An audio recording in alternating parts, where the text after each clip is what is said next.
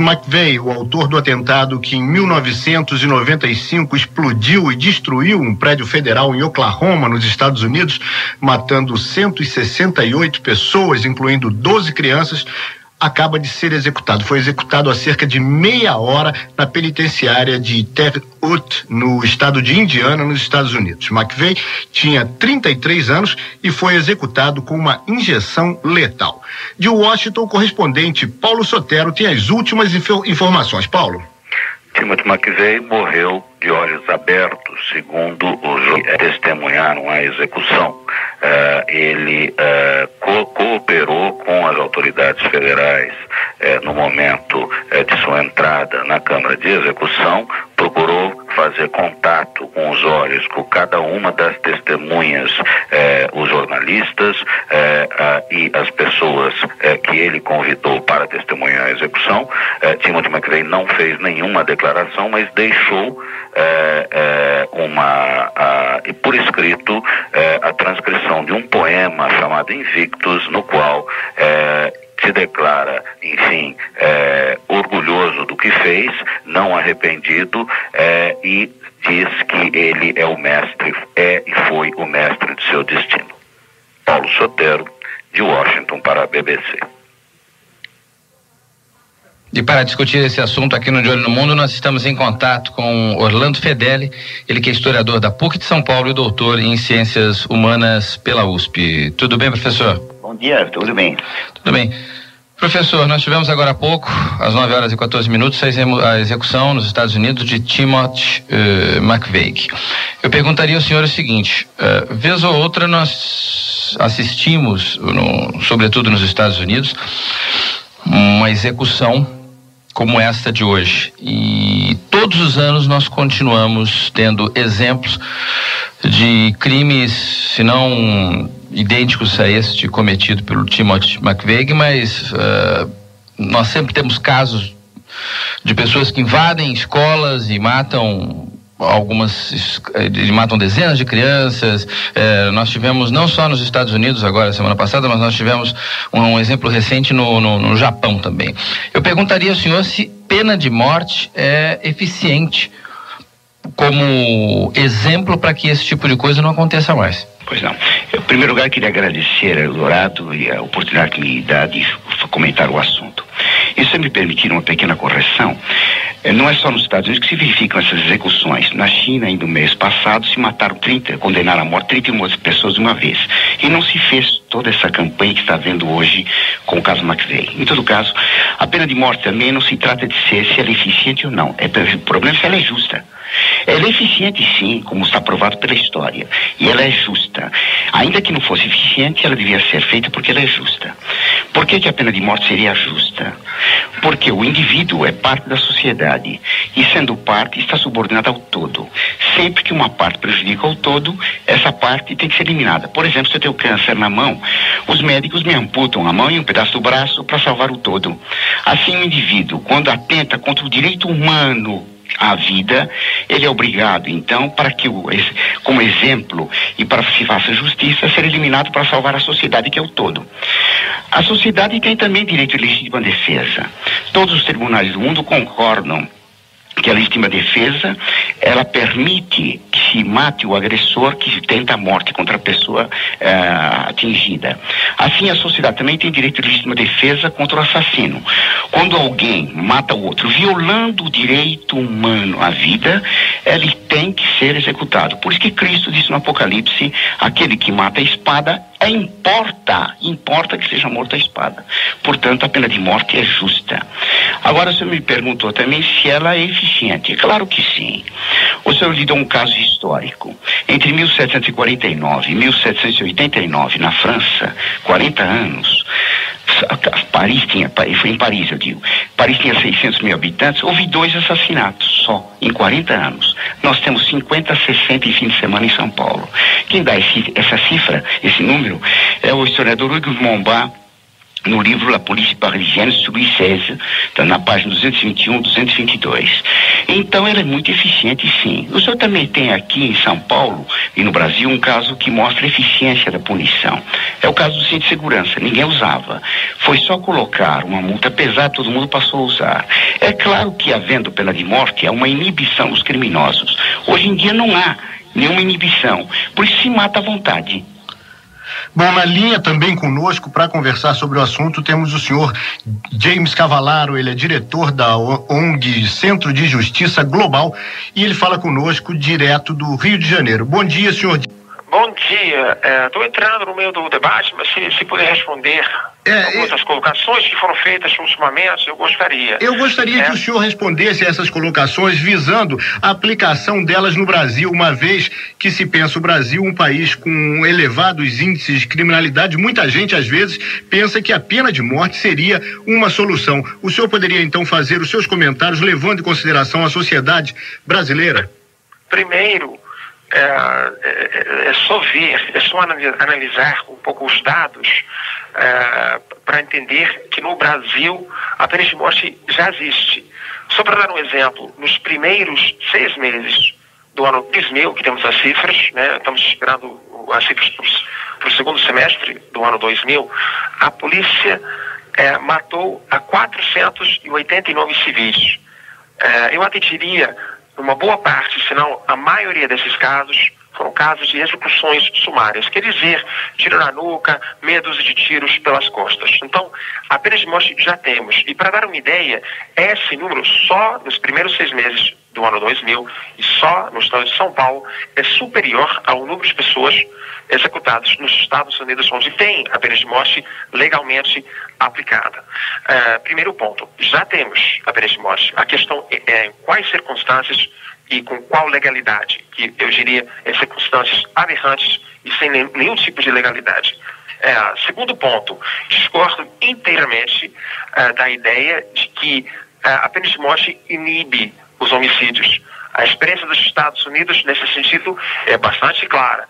Tem para pesquisador, tem informações à beça. Tem 50 estados, você pode pegar os estados que têm a pena de morte, que são na casa de 30, e comparar com os estados que não têm, você não vai achar uma diferença significativa entre os dois estados. Nem também quando você analisa os períodos dos estados que, por exemplo, tiveram a pena de morte, depois decidiram acabar com ela. Não houve, por causa do fim da pena de morte, não houve aumento da violência. O que provoca homicídio, o que provoca altos índices, uma série de fatores sociais, a desigualdade social, o número de armas que tem na sociedade brasileira, que é um absurdo, a falta de controle sobre essas armas, etc, etc, etc. A pena de morte faz muito pouco para reduzir a criminalidade, faz muito pouco ou nada para reduzir os índices de homicídio, e também uma pena, isso as pesquisas mostram claramente, que é aplicada de forma racista e também classista. E isso em termos concretos. O levantamento nos Estados Unidos mostra que quando um negro mata um branco, tem 12 vezes mais chance de ser condenado à morte do que quando um negro mata o branco. E tem levantamentos parecidos sobre os pobres e os ricos. Então, uma forma de eliminar, matar as pessoas das camadas mais excluídas. E também é uma pena muito pouco eficaz. Então, eu acho que essa discussão nem merece a pena ter. Quase todos os países estão eliminando a pena de morte. Os Estados Unidos constituem uma exceção muito, muito infeliz. É um dos grandes atrasos daquele país do norte. Eu gosto de ver os Estados Unidos mudarem essa política e algum dia acho que vai acontecer.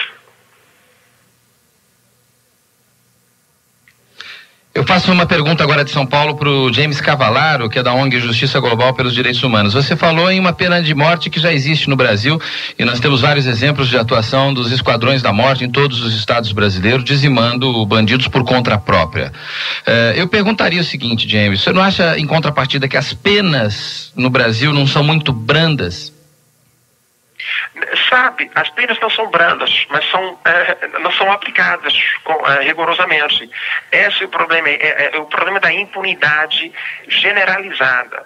Isso, você vê as cifras, por exemplo, tem um levantamento no Rio de Janeiro mostrando que em 93% dos homicídios, a polícia sequer fecha o inquérito para entregar o mesmo para o promotor, né, para o Ministério Público, para que ele possa oferecer uma denúncia. Então, não tem denúncia em mais de 90% dos casos, em mais de 93%, inclusive, por cento dos casos. Então, isso com homicídio. Com outros crimes, os índices de impunidade são até mais altos. Portanto, o problema não é aumentar a pena, o problema é aplicar a lei, o problema é criar uma polícia eficiente, uma polícia inteligente, não uma polícia truculenta. Esse é o grande problema. Esse deve ser o grande debate. E não através de uma medida demagógica, que seria a pena de morte, tentar mudar todo um sistema falido. Entende? Tem que analisar todos os problemas que tem, e você vai ver que não é o fato de ter penas brandas que não tem, é o fato de não aplicar a lei. Bom, então, não aplicar a lei. Para encerrar o nosso debate aqui de Londres, eu gostaria de convidar de volta à nossa discussão o professor Orlando Fedeli, que fala conosco de São Paulo. Professor, como nós ouvimos aí o senhor James Cavallaro defender a extinção da pena de morte, os críticos em geral da pena de morte dizem que o dever do Estado é reabilitar o criminoso para o convívio social. E o senhor concordaria, então, que com a pena de morte, o sistema penal deixa de cumprir esse seu dever principal? O dever principal é fazer justiça. Não se deve reabilitar o criminoso, deve se converter o criminoso. Não é verdade que a causa dos crimes seja primordialmente o fator econômico e social. A causa primordial disso é o ateísmo prático que existe hoje no mundo, a ausência completa de moral.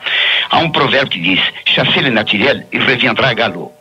Expulse o que é natural, ele voltará a galope. Assim, se existem esquadrões da morte que fazem execuções arbitrárias, é porque exatamente não existe pena de morte para ser aplicada nos tribunais.